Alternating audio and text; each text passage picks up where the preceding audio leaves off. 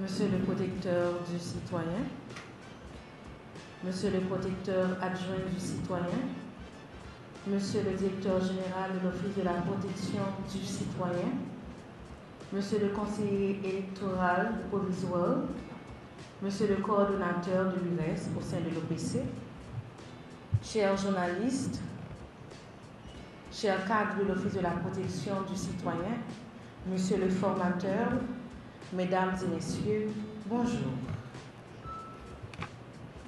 C'est avec un immense plaisir que nous vous accueillons aujourd'hui pour lancer cette deuxième session de formation qui sera réalisée à l'intention des journalistes. Dans la lutte pour l'effectivité des droits humains par la documentation des cas de corruption.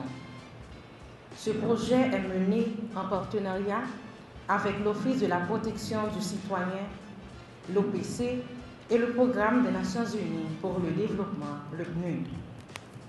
Cette formation s'inscrit dans la continuité de travail commencé les jeudis et vendredis 27 et 28 mars 2025, où, au sein de cet hôtel à Kinam, on avait réuni une première séance de formation à l'intention des étudiants et étudiantes haïtiens.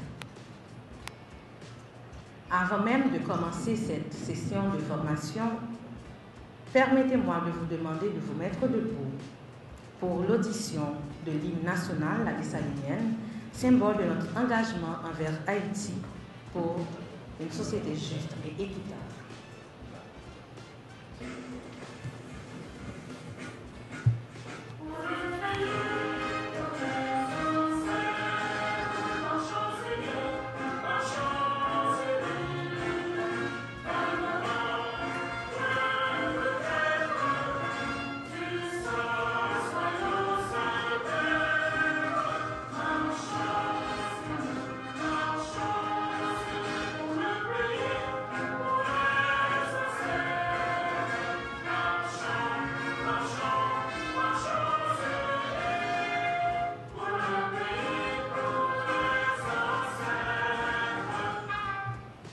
Merci, je vous prie de vous. Monsieur le directeur général, monsieur le coordonnateur, membres des cadres de l'OPC, chers amis et collègues de la presse. Aujourd'hui, je me sens honoré d'être là avec vous pour lancer cette journée de sensibilisation pour les journalistes dans la lutte pour l'effectivité des droits humains par la documentation des cas de corruption. En plus d'être honoré, je me sens chez moi. Chez moi comme fonctionnaire de l'OPC en détachement. Chez moi avec des journalistes et collègues journalistes, des confrères de la presse. Pour lancer cette journée combien importante dans le contexte que nous vivons aujourd'hui, où il y a, tant qu'à travers les réseaux sociaux, tant qu'à travers les médias conventionnels, chaque jour, de nombreuses informations circulant sur des cas de corruption dans la gestion des choses publiques. Une journée de sensibilisation sur l'effectivité des droits humains par la documentation des cas de corruption est combien importante pour nous les journalistes. Ça va nous aider à comprendre mieux l'incidence de la corruption sur les droits humains. Et c'est un honneur. Collègues de l'OPC, collègues journalistes, c'est un honneur ce matin d'être avec vous pour le lancement de ces activités.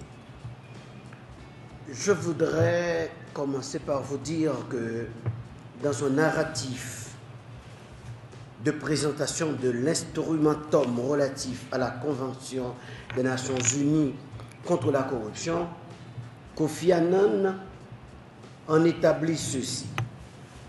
La corruption est un mal insidieux dont les effets sont aussi multiples que délétères.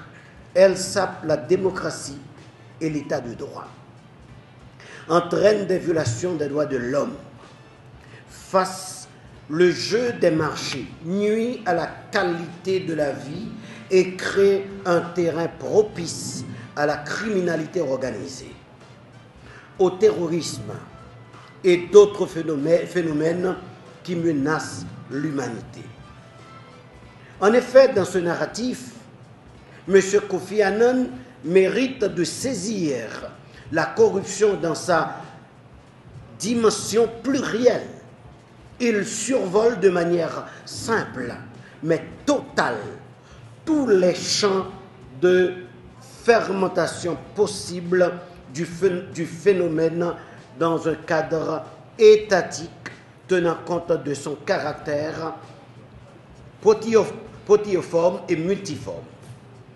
Il va sans dire que la tâche s'annonce ardue et quiconque risque une analyse du phénomène préalablement le circonscrire dans un champ spécifique, on s'empresse d'ici de dire que la corruption est saisie dans son aspect légal et avec quelques expériences.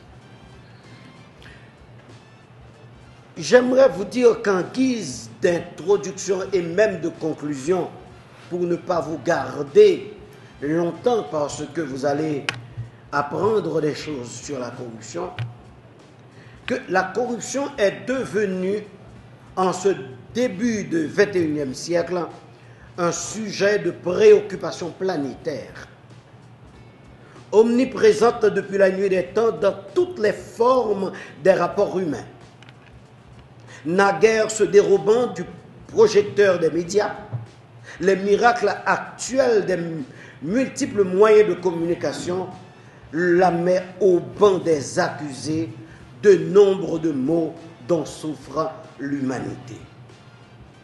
La Banque mondiale repartit la corruption en deux grandes catégories. Quand les décideurs politiques qui participent à la création et l'application des lois utilisent leur position officielle pour promouvoir le bien-être, leur statut ou leur pouvoir personnel, c'est la grande corruption. Tandis que la petite corruption